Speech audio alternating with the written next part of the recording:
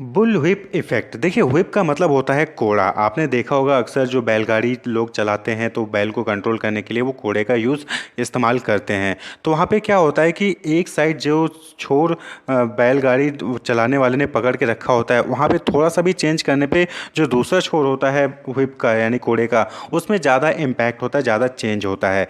तो इसी इफेक्ट को क्या कहते हैं? बुल व्हिप इफेक्ट कहते हैं। Small change at one and causes large change at another and. यानी कि जो हाथ जो सिरा जो है घोड़े का जो बैलगाड़ी चलाने वाला पकड़ के रखता है, वहाँ पे थोड़ा सा भी चेंज करता है तो जो व्हिप होता है, जो घोड़े का दूसरा एंड होता है, वहाँ पे ज़्यादा चेंज होता है। तो इसी इफेक्ट को हम क्या कहते हैं? बुल व्हिप इफेक्ट कहते हैं। तो सिमिलरली जो बुल व्हिप इफेक्ट है वो एससीएम यानी कि सप्लाई चेन मैनेजमेंट में भी होता है। अब देखिए, सप्लाई चेन मैनेजमेंट में क्या होते हैं? सप्लायर होते हैं, मैन्युफैक्चरर होता है, होलसेलर होता है यानी कि डिस्ट्रीब्यूटर होता है, रिटेलर होता है, देन कस्टमर होता है। तो यहाँ पे ये सप्लाई चेन के एलिमेंट्स होते हैं। अब जब कस्टमर है, कस्टमर थोड़ा सा भी अपने डिमांड में अगर चेंज करता है तो उस डिमांड की वजह से जो रिटेलर, होलसेलर, मैन्युफैक्चरर और सप्लायर होते हैं उनके डिमांड में लार्जर चेंज आता है। तो इसी इफेक्ट को क्या कहा गया? बुल व्हिप इफेक्ट कहा गया। तो bull whip effect in SCM describes how small fluctuation in demand at the retail level can cause progressively larger fluctuation in demand at the wholesaler, distributor, manufacturer and raw material supplier level. यानी कि थोड़ा सा demand fluctuation अगर customer के side से, retailer point से होता है तो उसकी वजह से जो होलसेलर हैं, डिस्ट्रीब्यूटर हैं, मैन्युफैक्चरर है और रॉ मटेरियल सप्लायर है, उनकी डिमांड में जो है ज़्यादा फ्लक्चुएशन हो जाता है। तो इसी को बुल व्हिप इफेक्ट कहते हैं एससीएम में। इसको हम व्हिपलैश इफेक्ट या फिर फॉरेस्टर इफेक्ट भी कहते हैं। और ये क्यों होता है? Because of mismatch in the demand forecast that extend along the supply chain. यानी कि जो डिमांड फोरकास्ट में मिसमैच होता है उसी वजह से जो ये बुल व्हिप इफेक्ट होता है, जिसको हम व्हिपलैश इफेक्ट या फिर फॉरेस्टर इफेक्ट भी कहते हैं। क्लियर? तो यहाँ पे बुल व्हिप इफेक्ट का कॉन्सेप्ट आपको समझ में आ रहा होगा कि थोड़ा सा चेंज होने पे डिमांड में, कस्टमर के पॉइंट तो ऑब्वियस है, रिटेलर की डिमांड फोरकास्टिंग में थोड़ा सा चेंज होने से जो होलसेलर, मैन्युफैक्चरर, डिस्ट्रीब्यूटर हैं, इनके डिमांड में ज़्यादा चेंज होता है। तो इसीलिए इसको बुल व्हिप इफेक्ट कहा गया। ये क्यों होता है? It happens when there is an inaccuracy और error in the demand forecast at one point in the supply chain. यानी कि किसी सप्लाई चेन के किसी एक पॉइंट पे जब डिमांड फोरकास्ट में इनएक्यूरेसी होता है या फिर एरर होता है तो इसकी वजह से पूरे सप्लाई चेन में क्या हो जाता है?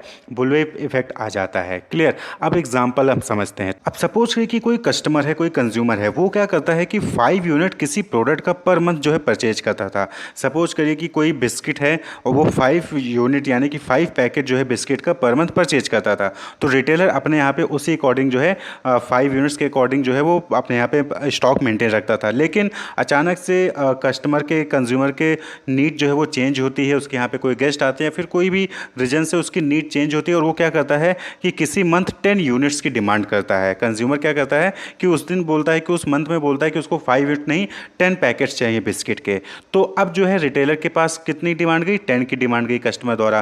तो अब जो है रिटेलर यहीं पे क्या करता है, यहीं पे मिसमैच होता है। यहीं पे रिटेलर ये एज्यूम कर लेता है, ये एस्टिमेट कर लेता है कि जो प्रोडक्ट है उस बिस्किट की डिमांड जो है वो बढ़ रही है। तो रिटेलर क्या करता है कि सेफ्टी पॉइंट ऑफ व्यू से कि डिमांड इंक्रीज होगी, इस उम्मीद से क्या करता है रिटेलर, जो होलसेलर है, जो डिस्ट्रीब्यूटर है, उससे 50 यूनिट की डिमांड कर देता है। अब रिटेलर के पास कहाँ से आएगा? डिस्ट्रीब्यूटर से ही तो आएगा।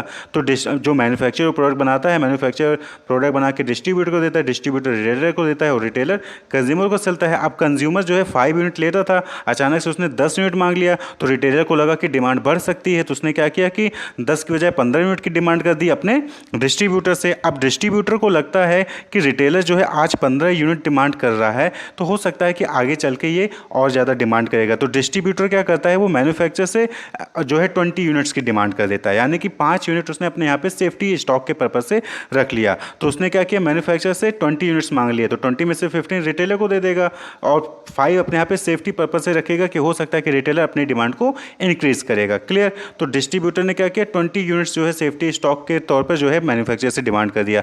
अब मैन्युफैक्चरर क्या करता है कि वो 20 यूनिट्स ना बना के 40 यूनिट्स बना लेता है, क्योंकि उसको लगता है कि ज़्यादा यूनिट्स बनाएगा तो उसकी कॉस्ट क्या होगी, वो कॉस्ट कम हो जाएगी। तो कम कॉस्ट के चक्कर में 20 यूनिट्स की जगह है वो क्या करता है 40 यूनिट्स के लिए रॉ मटेरियल जो सप्लायर से लेता है और 40 यूनिट्स प्रोड्यूस कर देता है। क्लियर? तो अब यहाँ पे आप देखोगे कि कस्टमर ने 5 यूनिट्स जो है परचेज करता था, लेकिन किसी मंथ में उसने 10 यूनिट्स डिमांड कर लिया। अब 10 यूनिट्स जो है उसने पर्टिकुलर किसी एक मंथ में डिमांड किया, तो यहाँ पे रिटेलर ने एस्टिमेट किया कि हो सकता है कि कस्टमर की डिमांड बढ़ जाएगी, तो उसने रिटेलर ने डिस्ट्रीब्यूटर से 15 यूनिट्स की डिमांड कर ली। और डिस्ट्रीब्यूटर को लगा कि रिटेलर की डिमांड आज बढ़ी, कल और बढ़ेगी, तो उसने 20 यूनिट्स की डिमांड मैन्युफैक्चर से कर ली। और वहीं पे मैन्युफैक्चर ने क्या किया कि कॉस्ट को कम करने के लिए और इस उम्मीद में कि हो सकता है कि डिस्ट्रीब्यूटर आगे चल के और ज़्यादा डिमांड करेगा, तो उन्होंने 40 यूनिट्स प्रोड्यूस कर लिए। तो आप यहाँ पे देख रहे हो कि कस्टमर के थोड़े से डिमांड में चेंज करने से यहाँ पे जो पूरा सप्लाई चेन है, रिटेलर, डिस्ट्रीब्यूटर, मैन्युफैक्चर, उनकी डिमांड में लार्जर चेंज आया है। कस्टमर ने 5 यूनिट्स का डिमांड चेंज किया, 5 से 5 किया, और यहाँ पे रिटेलर की डिमांड जो है 50 यूनिट हो गई, डिस्ट्रीब्यूटर की 20 यूनिट्स हो गई और मैन्युफैक्चर की 40 यूनिट्स हो गई। तो डिमांड क्या हो गई? चेंज हो गई। तो इसी को बुलविप इफेक्ट कहते हैं कि कस्टमर के थोड़े से डिमांड में चेंज होने से, यानी कि सप्लाई चेन के किसी एक एंड में थोड़ा सा चेंज होने से सप्लाई चेन में बाकी एंड में जो है लार्जर चेंज आता है। कस्टमर ने थोड़ा सा डिमांड चेंज किया, रिटेलर ने उस जो भी चेंज हुआ डिमांड में, रिटेलर ने उसको गलत तरीके से एस्टिमेट किया, मिसमैच किया एस्टिमेट में, और जो है उसका जो है बुलविप इफेक्ट जो है पूरे सप्लाई चेन में पड़ जाता है। तो यहाँ पे आपने क्या किया, फिगर से समझे, तो कस्टमर ने क्या किया कि एक बार जो है अपनी डिमांड को चेंज किया, कस्टमर ऑर्डर स्पाइक हुआ, तो उसको देखते हुए रिटेलर ने अपने जो है डिमांड को ऊपर कर दिया डिस्ट्रीब्यूटर से। वहीं पे डिस्ट्रीब्यूटर ने देखा कि रिटेलर की डिमांड ज़्यादा हो गई, तो डिस्ट्रीब्यूटर ने अपनी डिमांड मैन्युफैक्चर से ज़्यादा कर दी, और मैन्युफैक्चर ने देखा कि डिस्ट्रीब्यूटर की डिमांड ज़्यादा हो रही है, तो मैन्युफैक्चर ने सप्लायर से जो है ज़्यादा रॉ मटेरियल परचेज कर लिया। तो इसी को क्या कहते हैं? बुलविप इफेक्ट कहते हैं कि थोड़ा सा डिमांड चेंज होने की वजह से कस्टमर की पूरे सप्लाई चेन में डिमांड जो है वो लार्जर लेवल पे चेंज हो जाती है।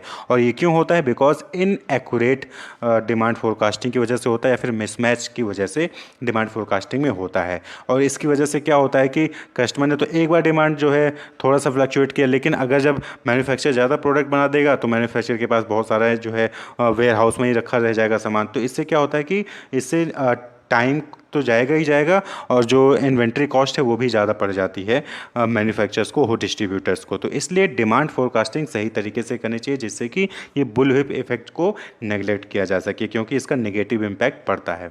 Wish you all the best, keep watching.